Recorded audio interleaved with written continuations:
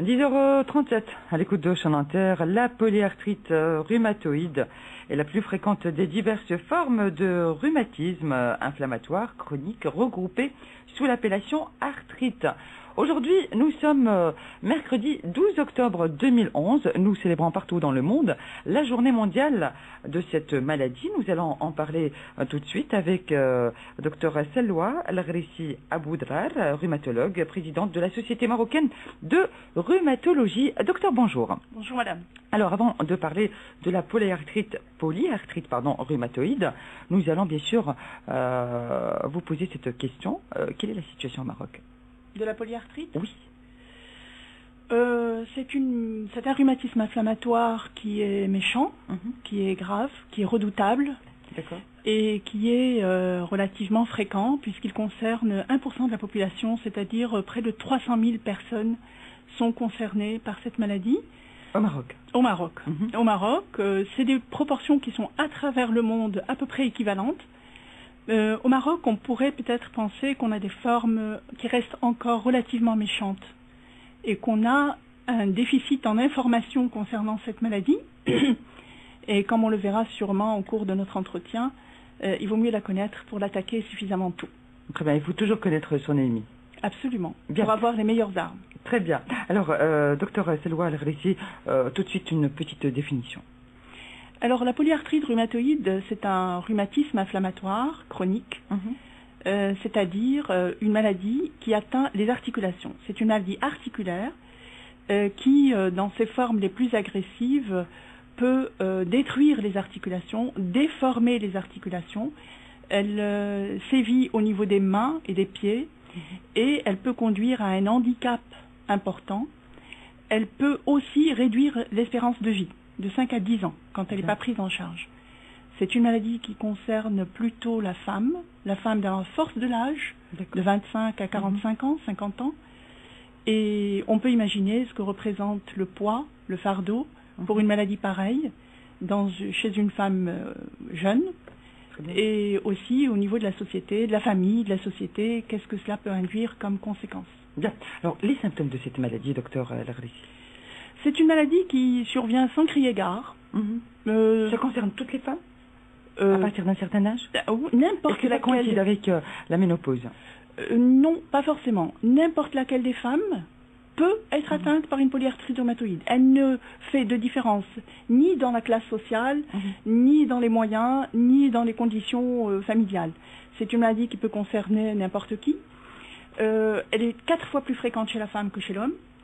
Et donc, chez la femme jeune, elle peut se manifester un jour au réveil par des douleurs articulaires, souvent les articulations des mains, des poignets, des petites articulations des mains, mais aussi au niveau des pieds. Quand la femme veut marcher, on a des douleurs qui sont des douleurs un petit peu particulières parce qu'elles sont là sans rapport avec l'effort. D'accord. On parle de douleur, docteur El-Grissi, mais on parle également de raideur des articulations. Alors la douleur, pour parler de la douleur, c'est une douleur qui se caractérise par le fait qu'elle survienne la nuit, c'est-à-dire en dehors de l'effort. Souvent, on a des gens qui vous disent, bon, quand je fais des efforts, quand je fais mon ménage, quand je porte des charges, j'ai mal. Là, ça n'a rien à voir avec l'effort. C'est au contraire, quand on a tout fini, quand on est au lit, eh bien, on est réveillé à 4 heures du matin par des douleurs. Et ces douleurs sont souvent pénibles. Et il y a aussi la raideur. Alors vous faites bien d'en parler, c'est la raideur matinale. On l'appelle même le dérouillage matinal. C'est-à-dire qu'on a l'impression que la femme a besoin d'une mise en route qui lui est nécessaire avant de reprendre ses activités. Et cette raideur ou ce dérouillage matinal a une durée qui est plus ou moins importante en fonction de l'importance de l'inflammation qui survient dans cette maladie. Bien. Alors, concernant les symptômes, vous avez parlé de gonflement, de douleur, de raideur. Et comment Le gonflement, j'en ai pas tout à fait parlé, mais c'est en fait effectivement les petites articulations qui augmentent de volume.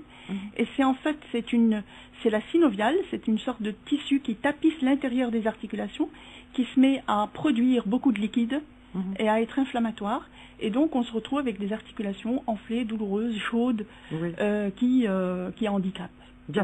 Alors, nous avons reçu un mail de la part de Khadija de la ville de Rabat. Elle nous dit j'ai les articulations atteintes également chaude et parfois très rouge. Qu'est-ce que vous en pensez, docteur? Ça peut. Alors, ça dépend de l'âge de cette jeune femme.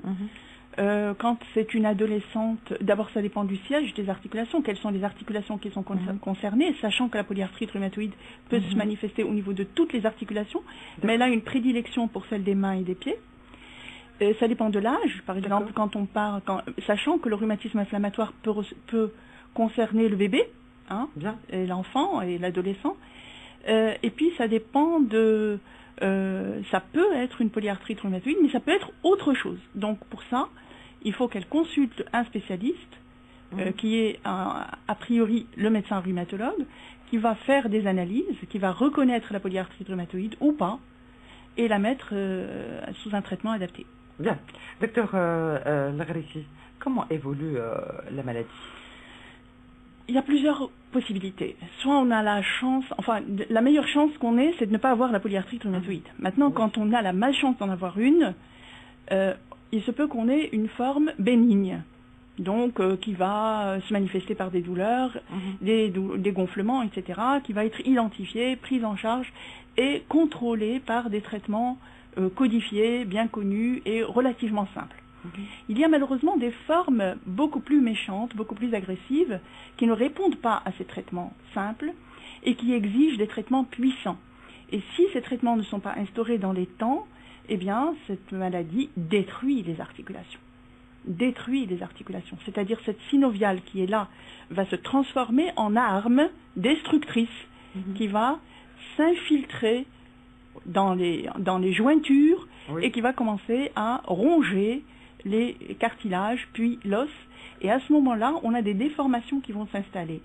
Des déformations au niveau des mains, qui peu à peu vont devenir difficiles à utiliser, même pour l'usage de la vie de tous les jours, même pour se nourrir, même pour se soigner, même pour se laver. Ou des articulations des genoux, des pieds, qui empêchent la marche, qui empêchent le chaussage, et qui font que c'est insupportable. Et au Maroc, ces articulations, quand elles sont détruites, eh bien, cette femme, rappelez-vous, c'est une femme jeune, qui est maman, qui est peut-être employée quelque part, eh bien, elle ne peut plus assumer sa fonction, et en particulier sa fonction de maman. Alors, qu'est-ce qui se passe? Eh bien, on va demander à la petite fille qui est là de faire ce que fait la maman. Et comme elle ne peut pas le faire en étant à l'école, eh bien, on va la déscolariser, parce que c'est elle qui doit s'occuper de la famille.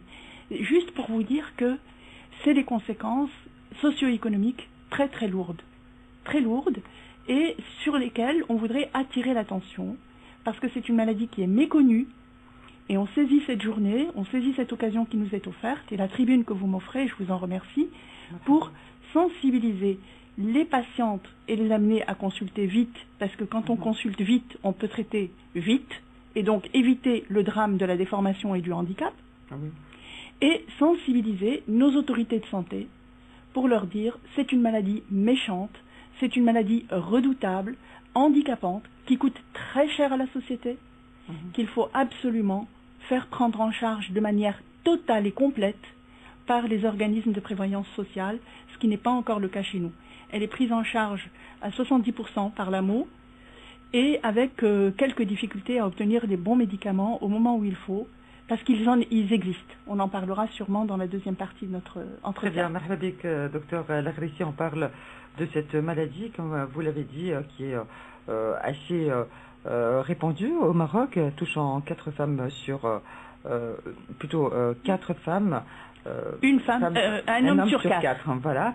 Et la polyarthrite rhumatoïde, on a parlé des symptômes tout à l'heure. Donc, vous avez cité, bien sûr, le gonflement, la raideur, etc. La douleur. Mais y a-t-il d'autres symptômes, on va dire, qui ne touchent pas les articulations? Oui, alors il y a la fatigue. D'abord, c'est un élément qui est rarement rapporté ou auquel on n'attache pas suffisamment d'importance, c'est la fatigue. Alors la femme, elle vient vous dire « j'ai mal partout, je suis fatiguée, j'arrive plus à faire ce que j'ai à faire, je n'arrive même plus à quitter mon lit, je n'arrive plus à sortir ». Donc cet état de fatigue peut être mis sur le compte de la maladie.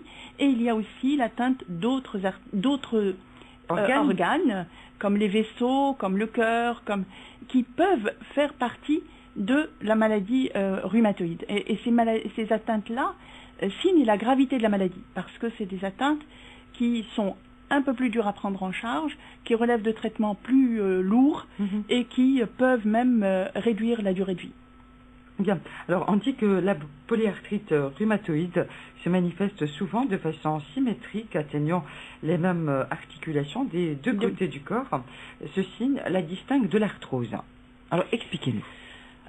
Il n'y a pas que ça qui la distingue de l'arthrose. Alors, l'arthrose est un autre rhumatisme inflammatoire qui, lui, concerne essentiellement le cartilage et qui se manifeste par des douleurs qu'on appelle mécaniques, c'est-à-dire des douleurs qui se manifestent à l'effort. Quand, par exemple, on se met debout, quand on marche, quand on plie le genou, eh bien là, le genou fait mal. Et puis l'arthrose, elle concerne plus souvent les grosses articulations, ce qu'on appelle les articulations portantes. Mais elle peut aussi concerner les petites articulations.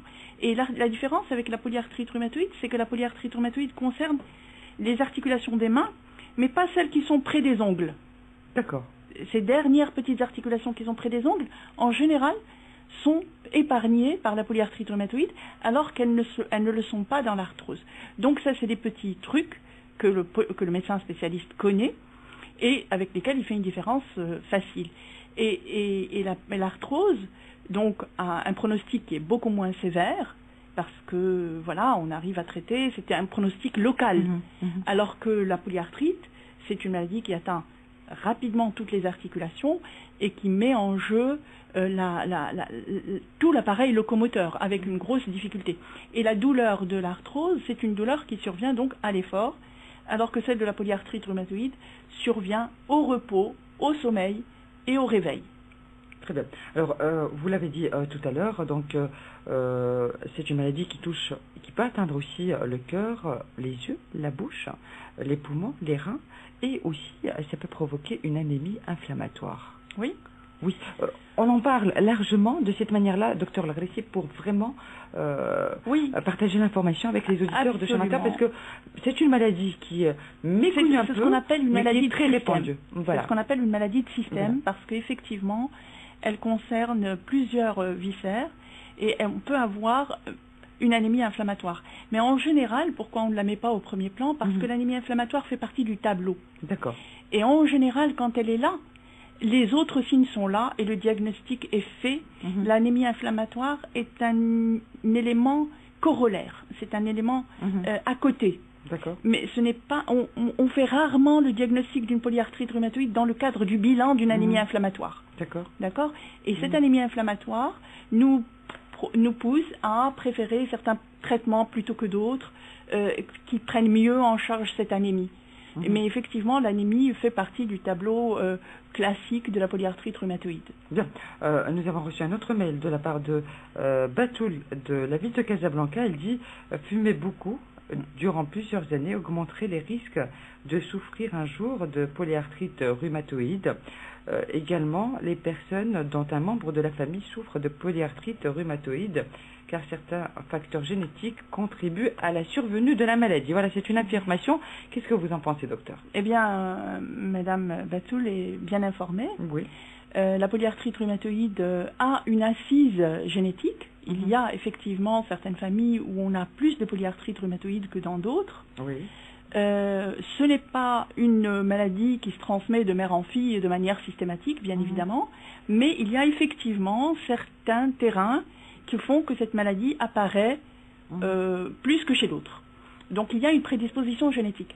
Et le tabac a été reconnu coupable depuis peu, et avec des écrits très, très, très sérieux, qui montrent que non seulement une femme qui fume beaucoup est plus menacée de polyarthrite rhumatoïde qu'une autre, mais que le tabac empêche les médicaments d'agir efficacement.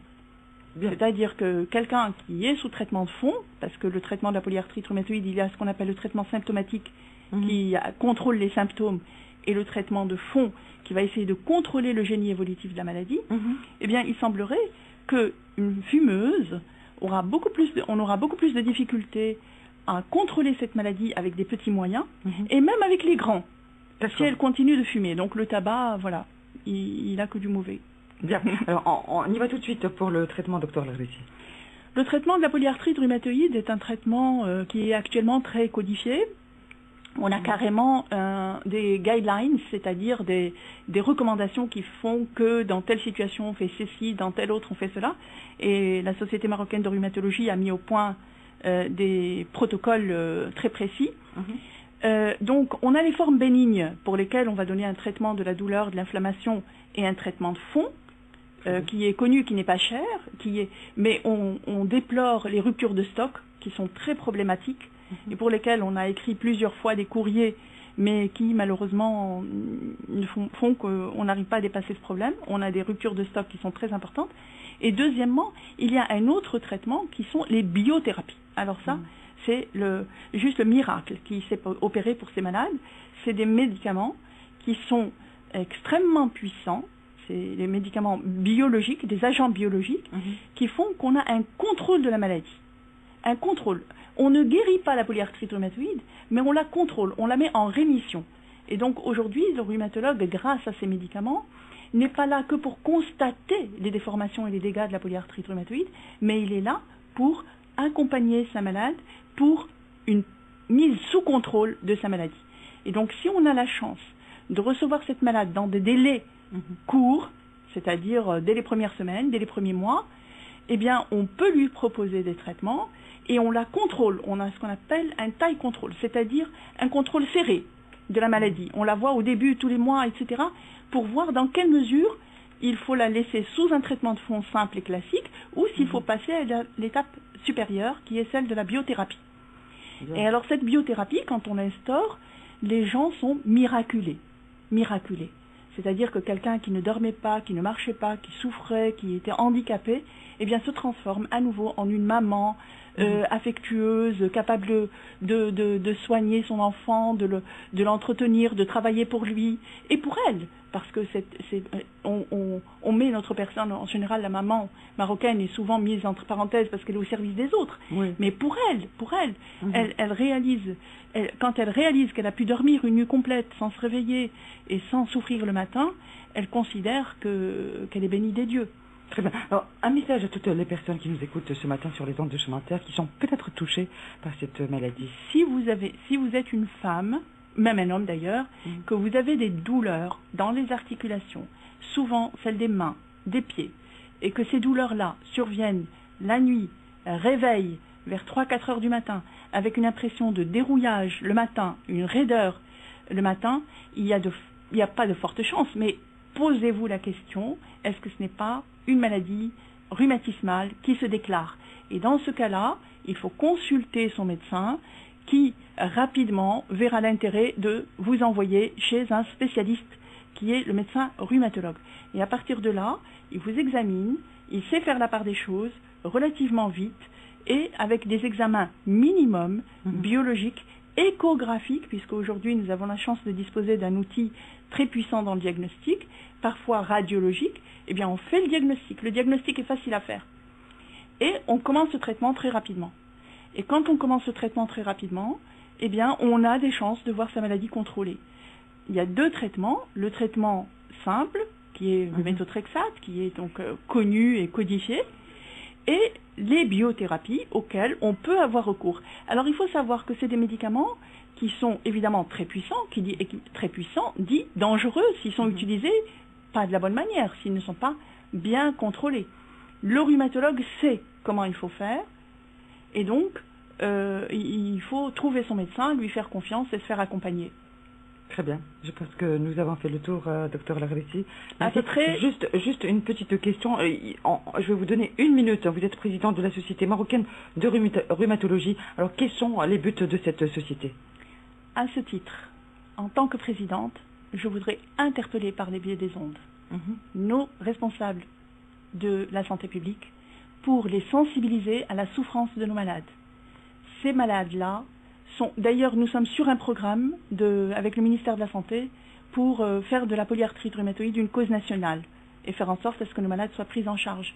Donc la société, en plus de veiller à la formation continue de ses membres, elle veille à la bonne prise en charge de ces malades et ce serait bien que nos malades puissent bénéficier de ce genre de traitement de manière complète et totale, remboursée à 100%. Très bien, merci beaucoup, docteur. Voilà. Merci d'avoir répondu à notre invitation. Docteur Selwa Lagherissi Aboudrar, rhumatologue à Rabat, présidente de la Société marocaine de rhumatologie. Dans moins de 3 minutes, vous avez rendez-vous avec le Flash. Juste après, on se donne rendez-vous pour la 3e partie de votre magazine Family Mag. À tout de suite. Juste après, on se donne rendez-vous pour la 3e partie de votre magazine Family Mag.